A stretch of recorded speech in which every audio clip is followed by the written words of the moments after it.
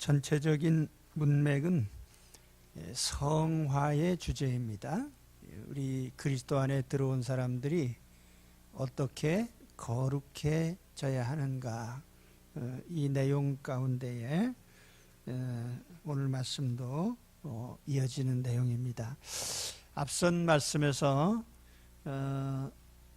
성령께서 우리를 위해서 구원의 역사를 베푸시고 또 성화를 이루시고 우리로 하여금 하나님의 일을 하게 하시는 이런 역사들을 우리가 보아왔습니다. 그리고 직전의 말씀을 통해서는 언행에 대한 얘기를 했었는데, 오늘 말씀은 이와 같은 성령님의 역사하심에 대해서 우리가 어떤 자세를 취해야 할까. 오늘 말씀 한마디로 성령님을 슬프게 하지 마라, 이렇게 말씀을 합니다. 성령님을 슬프게 하지 마라. 오늘 말씀에 성령을 근심하게 하지 말라라고 이렇게 번역했는데, 근심하게라는 이 단어가 슬퍼한다는 뜻이에요. 그래서 영어 성경은 대부분이 다 grieve란 말로 번역을 하고 있습니다. 우리 한글 성경에도 공동 번역이나 표준세 번역, 우리말 성경, 이런 성경들은 다 성령님을 슬프게 하지 말라고 번역을 합니다. 성령님은 인격자시기 때문에 슬퍼하시는 감정을 가지고 있어요.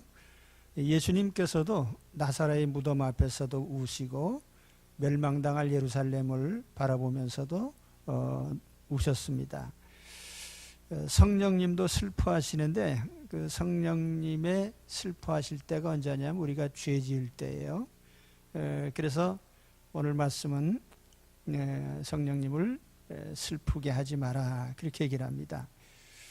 특별히 오늘 말씀에는 성령님의 어떤 역할, 특별히 우리와의 관계에 있어서 성령님이 우리의 보증인이라고 하는 점을 강조하고 있습니다. 그 안에서 너희가 구원의 날까지 인치심을 받았느니라. 이 인치심이라는 말이 나와요. 인치심이라니 좀 힘든 말인데 도장을 찍었다는 얘기예요. 보증을 썼다는 뜻입니다. 그래서 영문 성경에 그 NASB 성경에 보면 그 you are sealed, seal이란 말은 이제 봉인을 했다는 뜻이에요. 요한계시록에 보면은 이 단어를 이제 인봉했다, 봉인에 뒤집은 말이 인봉했다는 말로 그렇게 번역을 했죠. 하나님의 자녀로 성령님께서 완벽하게 구원하시는 점에 대해서 보증인이 되신 거예요. 내가 이 사람 신원을 책임지겠습니다 하고 성령님이 보증을 쓴 거예요. 이거는 이제 우리가 교리적으로는 그 삼위일체 하나님의 약정이라고 볼 수가 있습니다. 성부 하나님께서 창세전에 하나님의 자녀들을 택하시고 또 예수 그리스도께서 그 택하신 자들을 위해서 십자가에서 속죄를 하시고, 그와 같은 사실을 하나님의 택한 사람들 한 사람 한 사람 마음속에 성령께서 깨우치시고, 그래서 회개하게 하고 예수님을 믿게 만드시고 마지막 하나님 나라 천국에까지 인도하시는 이런 일을 성령님이 하시기로 하신 것입니다. 그래서 이 성령님께서 이런 구원에 대한 보증, 책임을 지셨는데, 오늘 말씀 보니까 구속의 날까지라는 말이 나옵니다. 그 구속의 날이라는 것은 주님이 재림하시는 날, 또 주님이 다시 오시는 세상 종말을 얘기해요. 세상 종말이 이르기까지 성령님께서 우리에게 어떤 보증을 쓰셨어요. 우리의 구원을 보증을 쓰셨는데, 이 구속의 날까지라는 말 속에는 우리의 구원이 두 단계로 이루어지는 것을 포함하고 있습니다.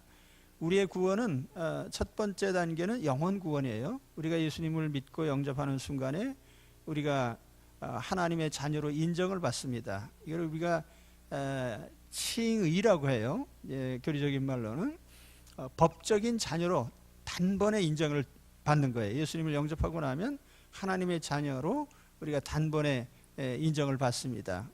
칭의, justification이라고 하는데요.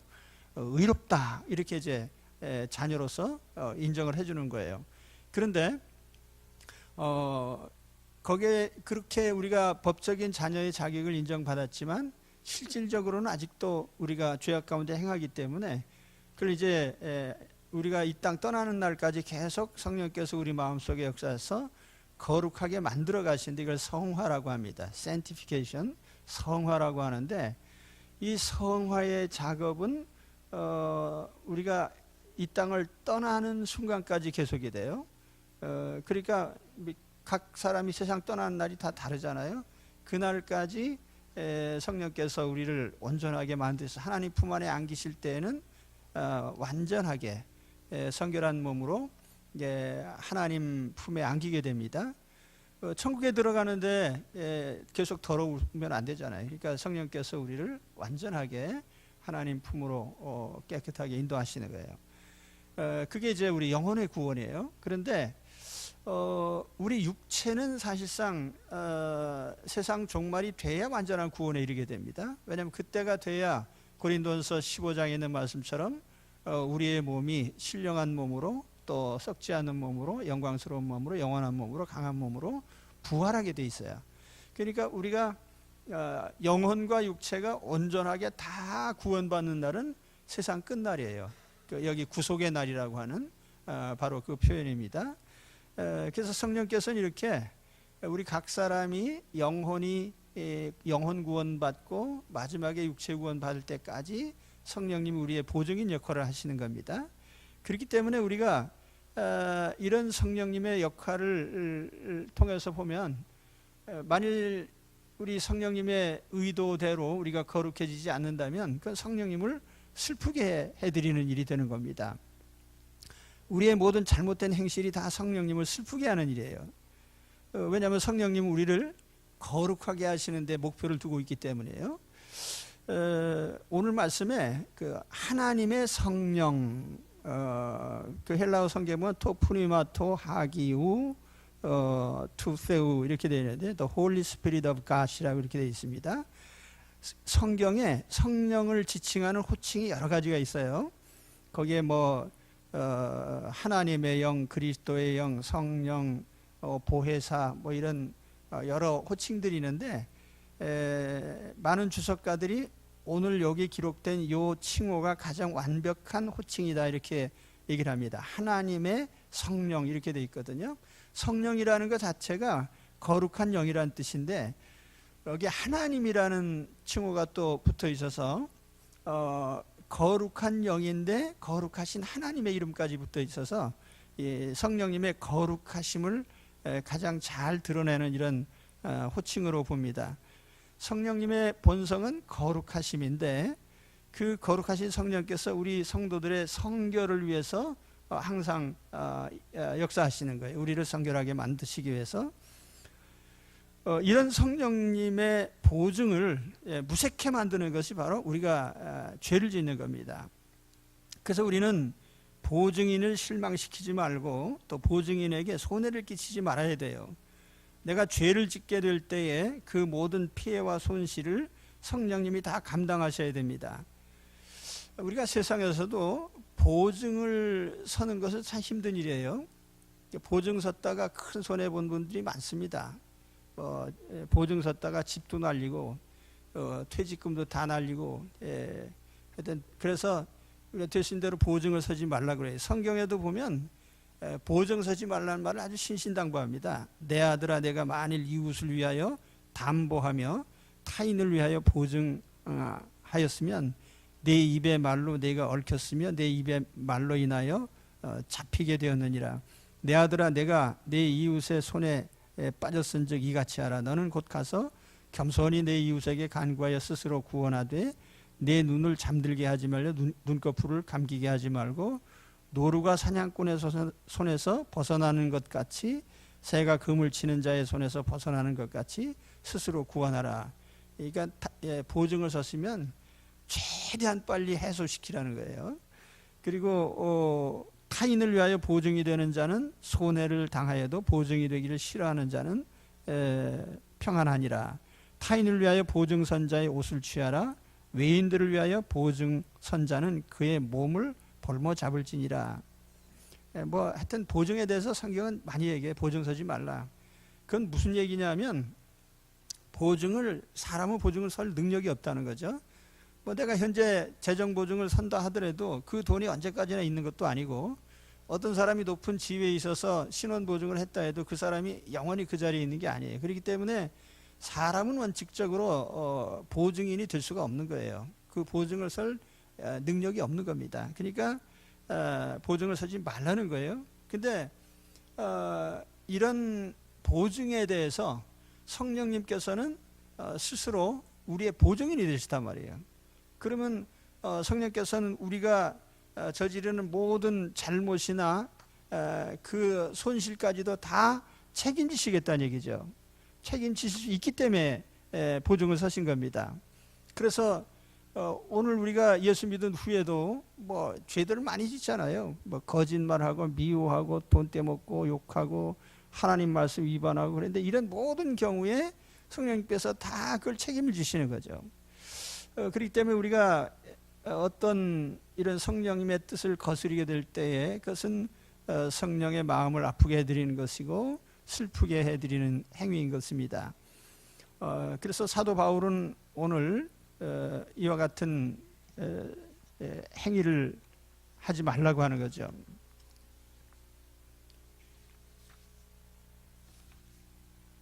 예.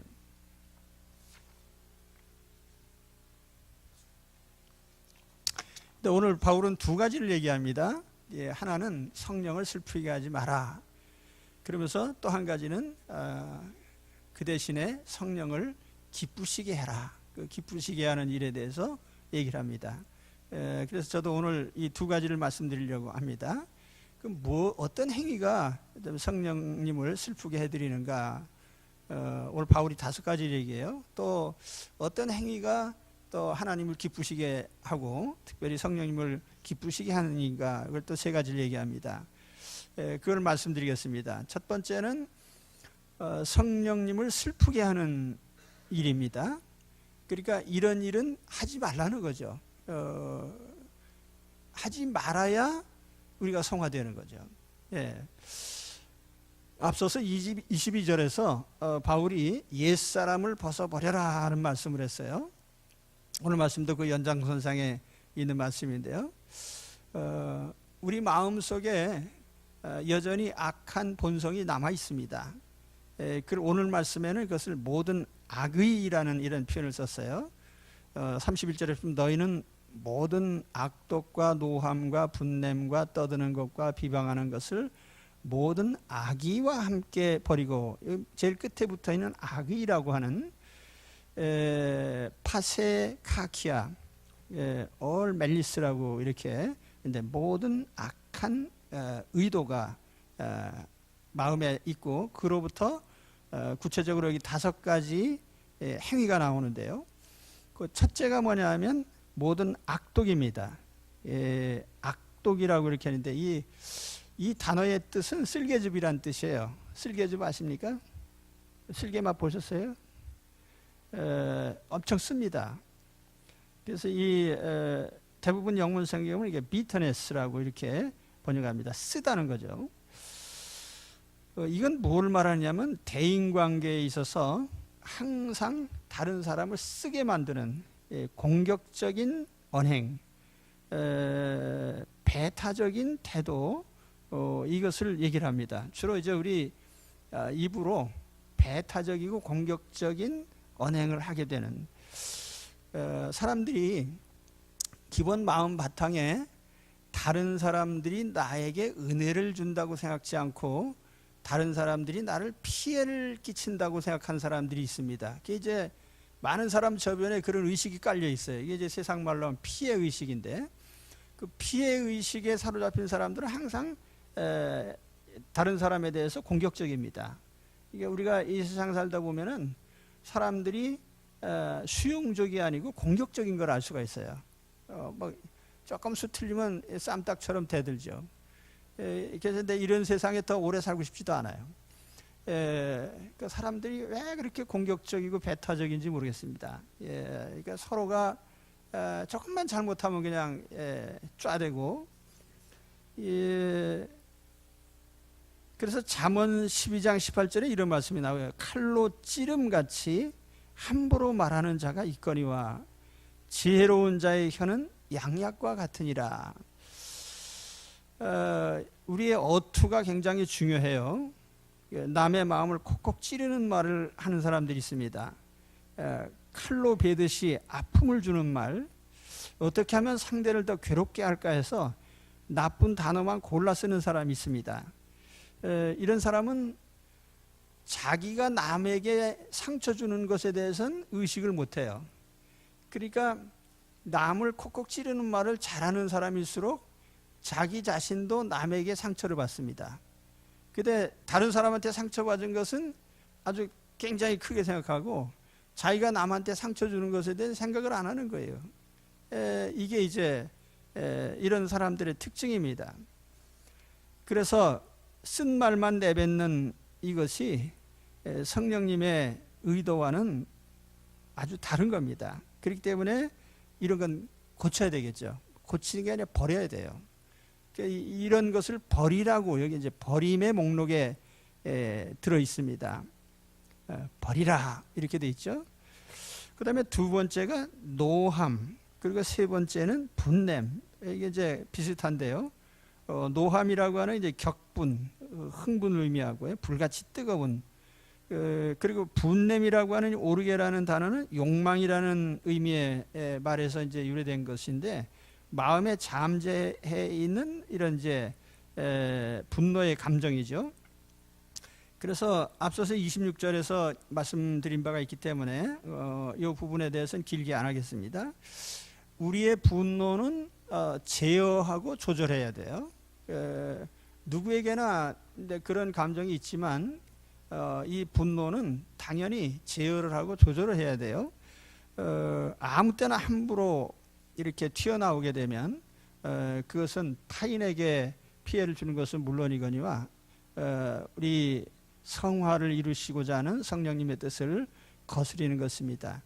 그래서 우리의 정서 중에 분노라고 하는 이것을 제대로 다루게 되면 그 사람은 아주 행복한 삶을 살 수가 있을 겁니다. 대인관계에 있어. 그 다음에 네 번째는 떠드는 것입니다. 떠드는 것. 단어적 의미는 절규, 함성, 부르짖음 이런 것을 의미를 합니다. 이 단어가 의미가 많기 때문에 그 영문 성경에 보면 클레모, 브롤링, 랭글링, 하슈얼즈 이런 말로 번역을 합니다. 원망, 불평 따위를 큰 소리로 외치는 겁니다. 그러니까 모세 시대에 보면은 항상 군중들이 모세를 향해서 대들었죠. 당신은 왜 우리를 이렇게 험한 곳으로 인도하셔서 고생하게 합니까? 오늘날 우리 주변에도 수많은 집회와 시위가 벌어집니다. 집회와 시위는 헌법에 보장된 권리예요. 누구나 다 자기 의사를 표시할 수 있죠. 그러나 그 대부분이 어떤 정의와 불의의 문제가 아니라 대부분 이해상관의 문제예요. 그렇기 때문에 우리 그리스도인들은 이러한 일로 말미암아서 떠드는 일을 삼가해야 됩니다. 성령께서 우리에게 바라시는 것은 우리가 오직 옳은 일에 목소리를 내는 것이지 세상 이해상관에 따라서 우리가 떠들어대는 것이 우리 하나님의 뜻이 아닌 것입니다.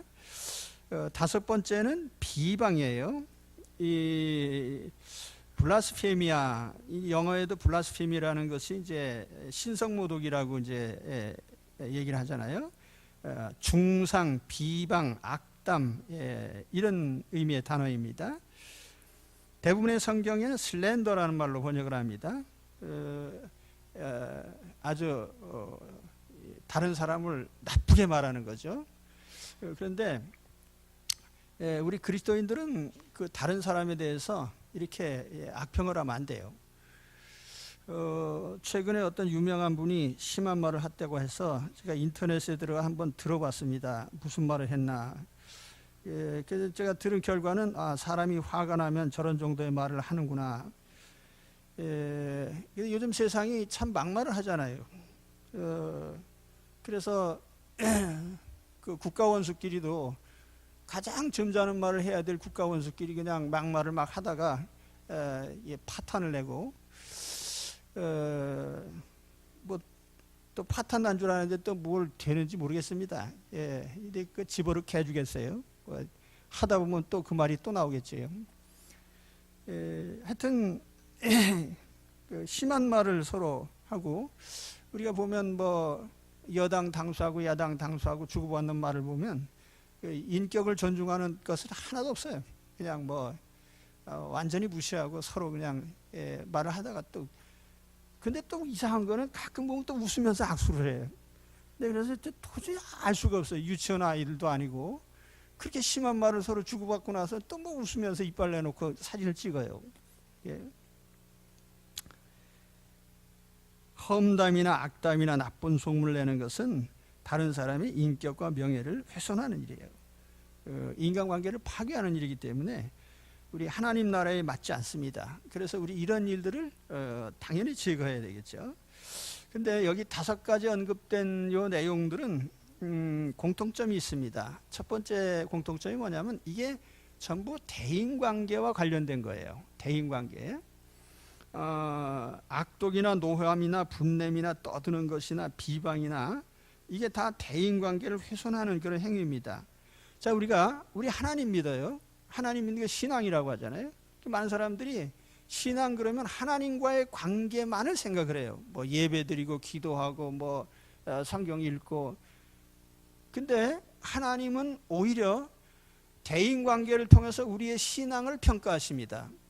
이건 굉장히 중요한 사실이에요. 요한 1서 4장 20절에 보면 누구든지 하나님을 사랑하노라 하고 그 형제를 미워하면 이는 거짓말하는 자니 보는 바 그 형제를 사랑하지 아니하는 자는 보지 못하는 바 하나님을 사랑할 수 없느니라. 우리가 이 계명을 주께 받았나니 하나님을 사랑하는 자는 또한 그 형제를 사랑할지니라.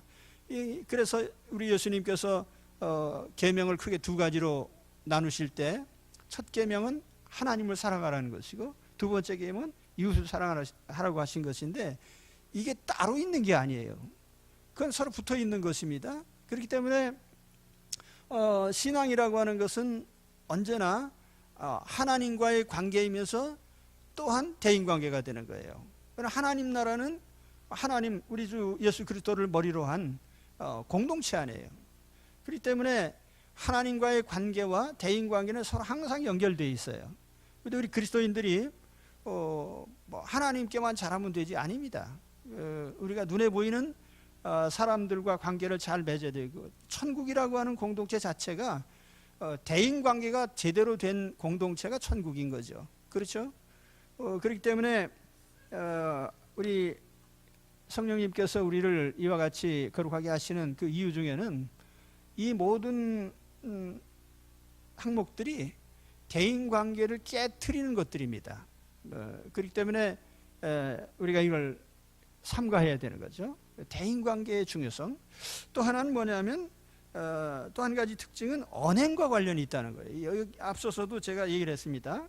29절 말씀에서도 언행에 대한 얘기를 했고, 뒤에 이어지는 5장으로 가서도 이제 다음 주부터 이제 5장 볼 텐데요. 거기도 이 우리의 언행에 관한 언급을 여러 차례 합니다. 그러니까 우리 성화의 중심에 뭐가 있냐면 언행이 있는 거예요. 그러니까 보세요. 자, 신앙은 대인관계로 표출이 돼요. 그 대인관계가 중요하단 말이죠. 그럼 대인관계에서 가장 중요한 게 뭐냐면 언행이에요. 그리고 결국 신앙이라는 건 언행이라고 하는 이 수단을 통해서 가장 많이 표출된다는 겁니다. 아시겠습니까? 그렇기 때문에 신앙이라고 하는 건 그 사람 입에서 나오는 말에 의해서 좌우가 되는 거예요. 그렇기 때문에 로마서에서도 보면은 뭐라고 합니까? 우리가 입으로 시인하여 구원을 얻습니다. 입으로 시인하여.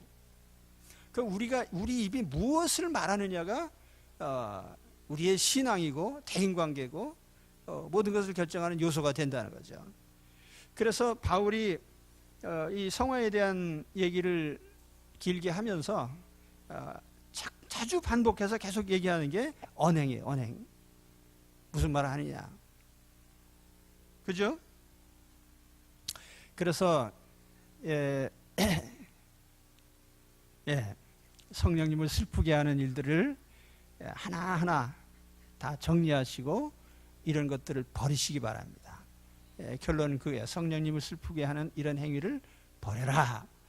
자, 그 다음에 성령님을 기쁘시게 하는 행위를 해라. 바울은 이제 32절에 이렇게 얘기합니다. 서로 친절하게 하며 불쌍히 여기며 서로 용서하기를 하나님이 그리스도 안에서 너희를 용서하심과 같이 하라. 자, 우리가 단순히 성령님을 슬프게 하지 않는 그 선에 머물 수는 없어요. 제가 앞서서도 말씀드렸지만 신앙이라고 하는 것은 하나님의 계명 중에 하지 말라는 게 있고 하라는 게 있어요. 하지 말라는 걸 안 했다고 해서 잘한 게 아니에요. 그렇잖아요. 여러분, 누가 상을 주는데 당신은 평생 도둑질 한 번도 안 했으니 훌륭합니다고 상 줍니까? 도둑질을 하는 건 당연히 안 해야 되는 거예요. 그걸 갖고 상 줄 일은 아니에요. 그러니까 하나님이 하지 말라고 한 건 나쁜 짓이기 때문에 나쁜 짓 안 한 거 가지고 칭찬 들을 수는 없어요. 근데 오히려 거기서 나아가서 어떻게 해야죠? 하나님이 기뻐하신 일을 해야 돼요. 그 그리스도인들은 항상 거룩한 행실을 해야 되는 겁니다. 그래서 성령님을 기쁘시게 하는 일을 해라. 32절은 그 세 가지를 얘기해요. 첫째는 친절함이에요. 서로 친절하게 하며 be kind to one another. 서로 친절하게 대하라. 천국에 가서 가장 행복한 것이 뭐냐면 모든 사람들이 다 친절해요. 모든 사람이 다 친절해. 그게 천국이에요. 요즘 세상에서 친절한 곳은 주로 돈 주고 대접받는 곳이죠. 서비스 센터,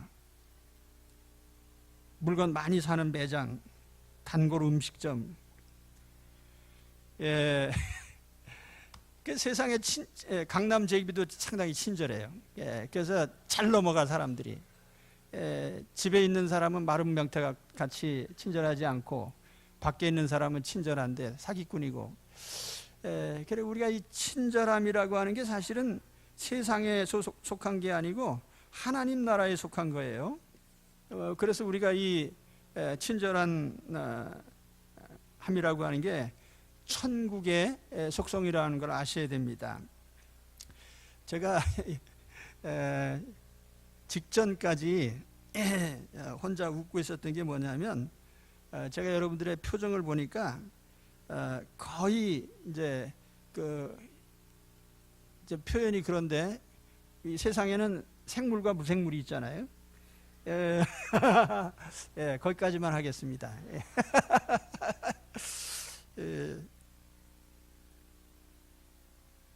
딱딱한 얼굴들이 많다 보니까 웃는 얼굴을 한번 보면은 좀 힐링이 됩니다. 그래서 여러분 친절함이라고 하는 게 그 뭐 유난을 떨면서 일부러 친절할 필요가 없어요. 그냥 항상 웃으면 됩니다. 주일날 여러분 교회에 오셔서 서로 웃으시면서 서로를 대하면 굉장한 힐링이 될 줄로 믿습니다. 왜냐하면 그 친절함이라는 게 중요해요. 그래서 천국 체험이라는 게 뭐 다른 거 아니에요. 친절함을 체험하는 것인데 그 웃는 얼굴 가운데 체험하는 거예요. 사랑하는 가족끼리 매일 서로 웃어주는 것. 그 웃는 가족이 있을 때 항상 그 집안으로 들어가고 싶죠. 제가 대학 졸업하고 직장 생활을 2년 했는데 집사람한테 제가 부탁한 게 딱 한 가지입니다. 당신 살림을 엉망진창으로 해도 괜찮으니까 엉망으로 해도 내 아무 소리 안 돼. 그 대신에 딱 한 가지만 해달라고 했어요. 내가 출근할 때도 웃어주고 돌아왔을 때도 웃으면서 맞이해달라. 어려운 부탁입니까? 진짜예요. 그래서 저는 혼자 자랐고 또 제가 어렸을 때 자란 그 환경이 뭐 그렇게 좋은 환경이 아니었어요.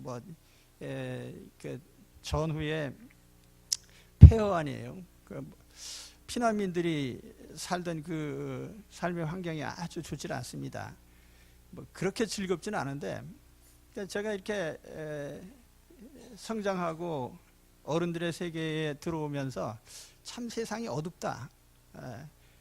그런 중에 같이 사는 사람하고 항상 웃는 게 얼마나 좋은 거예요. 연애를 할 때 제가 집사람한테 부탁을 했습니다. 당신 웃는 얼굴이 예쁘니까 사진관에 가서 명함판으로 활짝 웃으면서 좀 사진 하나 찍어서 날 주라. 그랬더니 예, 찍어서 갖고 왔어요. 보여드리겠습니다.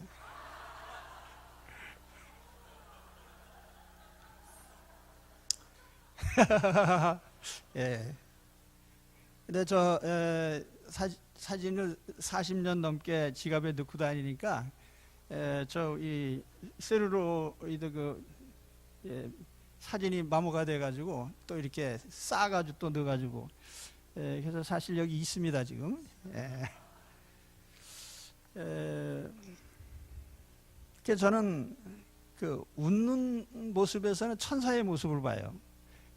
그래서 사람이 웃는 것보다 더 아름다운 모습은 없다. 그러니까 천국에 가면 다 친절하게 웃는 사람들이 있을 거다. 그런 생각을 합니다.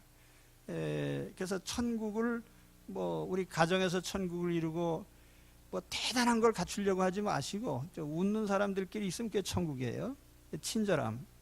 그러니까 바울이 좀 친절하게 서로 대하라 그런 얘기를 하잖아요. 자, 그 다음에 두 번째는 불쌍히 여기라고 합니다. 서로 불쌍히 여겨라. 부드럽게 대하라 그런 의미의 단어입니다. tender hearted라고 이렇게 번역했습니다. tender hearted, 동정적인 태도. 우리 사람은 불쌍하다. 인간은 불쌍한 존재다. 이렇게 불쌍히 여기는 거예요. 서로. 사람이 다 불쌍하잖아요. 그죠? 한번 서로 이렇게 보세요. 상당히 불쌍하게 생겼잖아요. 왜냐하면 태어나는 순간부터 죽을 날 날짜 받고 사는 사람들이니까 서로 보면서 저 얼마 못 살고 죽을 사람 다 불쌍한 거예요. 서로. 불쌍히 여겨야 돼요.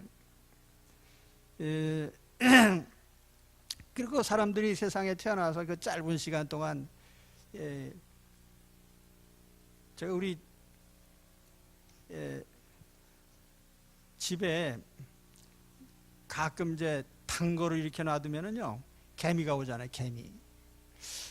그놈의 개미들이 어떻게 그렇게 먹고 살려고 애를 쓰는지 어디 단 거 있다 그러면 그냥 까맣게 몰려와요. 그래서 이제 손바닥으로 한 움큼 다 이제 눌러 잡죠. 저렇게 살려고 애쓰는 걸 내가 저걸 죽여야 되나? 약으로 죽이고 눌러서 죽이고. 인생도 똑같아요. 사람도 길지 않은 인생 살면서 잘 살아보려고 애를 쓰잖아요. 재벌집 재벌집 회장님은 행복하실 것 같은데 그것도 다 불쌍한 사람이에요. 왜냐하면 인생은 다 실패자인데 그런 부자들을 보면은 여러 가지 실패를 많이 한 것 같아요. 제가 볼 때는 돈은 많지만 자식 농사 실패하고 그렇잖아요. 형제 우애 실패하고 자유로운 삶에서 실패한 사람이 재벌 주인이에요. 외롭기는 또 얼마나 외로워요. 그 다음에 일꾼까지도 남의 나라 사람 데려다 그냥 재미없잖아요. 그래서 옛날 노래 한 구절이 생각이 났어요. 뭐죠? 목숨보다 더 귀한 사랑이건만 창설 없는 감옥인가. 만날 길이 없네. 부잣집 높은 담장 속에 그걸 연상하면서 제가 웃지도 않으시네요. 그게 불쌍한 사람이에요. 전부 다. 이 사람들이 대단한 인생이 아니고 다 불쌍한 사람이에요. 우리는 이 세상 떠나면 천국이나 가죠. 이 사람들은 천국에도 못 가 지옥 떨어질 사람들이야. 그러니까 더 불쌍한 사람들이에요. 불쌍히 여겨라. 또 우리 그리스도인들끼리도 마찬가지예요. 우리가 다 죄인이기 때문에 죄인인 것을 자백하고 예수 믿은 사람들 아니에요? 그러니까 우리는 다 죄인들이에요. 그러니까 서로 죄인들끼리 불쌍히 여겨야지. 큰 죄인, 작은 죄인, 드러난 죄인, 감춰진 죄인, 벌받은 죄인, 벌 받고 있는 죄인, 점잖은 죄인, 잘난 척하는 죄인, 다 우리 죄인 아니에요. 그러니까 서로 죄인들끼리 다 불쌍히 여겨야죠. 그래서 이 하나님 나라 사람들은 서로 불쌍히 여기는 사람들이다. 할렐루야. 그래서 서로 불쌍히 여겨라. 좀 동정적인 자세를 늘 취해라. 이게 성령님 기뻐하신 일이에요. 마지막으로 서로 용서하라 이렇게 말씀합니다. 헬라어로는 서로 은혜를 베풀어라 그런 뜻입니다. 은혜를 베풀어라. 결국 남의 잘못을 용서하는 것은 은혜를 베푸는 일이에요. 그런데 이 은혜를 베푸는 것은 내가 받는 만큼 베풀게 돼 있습니다. 받는 만큼. 받는 것이 없는 사람은 베풀 여력이 없어요. 그러니까 부모님의 은혜를 많이 받고 또 체험한 사람일수록, 그걸 마음의 감동을 받은 사람일수록 또 은혜를 끼치게 돼요. 그래서 대개는 부모님의 은혜를 많이 받은 자녀들은 또 형제 우애도 있게 됩니다. 그래서 우리 그리스도인들도 오늘 말씀에도 있듯이 그리스도 안에서 하나님이 너희를 용서하신 것처럼 그렇게 서로 용서하라는 거예요. 우리가 하나님께 용서받은 체험의 토대 위에서, 하나님께 용서받은 그 용서의 토대 위에서 서로 용서하라는 거죠. 그러니까 얼마나 내가 하나님의 용서를 감동적으로 받아들이냐에 따라서 나도 남을 용서할 수 있는 거예요. 우리가 흔히 원수를 사랑하라 그러잖아요. 근데 그 원수를 사랑하는 것은 내가 하나님께 원수를 사랑하는 그런 정도의 사랑을 받았을 때 원수를 사랑하게 되는 거예요. 그런 걸 느꼈을 때 누가복음 7장 47절에 마리아가 주님께 향유를 부었는데 그때 많은 사람들이 그걸 비난을 했죠. 그때 예수님이 이런 말씀하셨어요. 이러므로 내가 네게 말하노니 그의 많은 죄가 사하여졌도다. 이는 그의 사랑함이 많음이라. 사함을 받은 일이 적은 자는 적게 사랑하느니라. 그러니까 마리아는 왕년에 죄가 많은 여인이에요. 그렇기 때문에 주님께 그 죄 용서를 다 받고 나서 너무나 많은 죄를 용서받았기 때문에 자기도 한없는 사랑을 표현을 하는 거죠. 그래서 우리도 다른 사람들에게 얼마나 줄 수 있느냐, 내가 예수 그리스도의 사랑을 체험하고 감동적으로 받은 만큼 남에게 줄 수 있어요. 그래서 우리가 항상 하나님의 사랑을 늘 깨달아야 됩니다. 살아가면서 우리 삶의 과정을 통해서 하나님의 손길을 느끼고, 하나님이 이런 면에서 나를 도와주시고 있구나, 하나님이 이런 면에서 나를 지금도 큰 자비로 나를 보살피고 계시구나. 그래서 그 하나님의 사랑을 내가 깨달은 만큼 나는 또 실행에 옮길 수가 있는 것이죠. 그래서 서로 용서하라. 그래서 오늘 말씀에는 일방적으로 용서하는 것이 아니라 서로 용서하라고 이렇게 돼 있어요. 서로 용서하라. 한 사람만 잘못한 게 아니고 우리가 다 서로 잘못이 있어요. 용서는 우리가 피차 같이 해야 될 일입니다. 누구나 잘못이 있어요. 그런데 서로 용서하라고 했잖아요. 내 잘못을 먼저 시인하는 것이 용기 있는 일입니다. 그래서 우리 그리스도인들은 항상 내 잘못을 먼저 인정할 줄 알아야 돼요. 서로 용서라고 했는데 나를 좀 용서해 주시오라고 내가 먼저 말할 수 있어야 돼. 내가 잘못했습니다. 나를 용서해 주세요. 이게 굉장히 중요한 겁니다.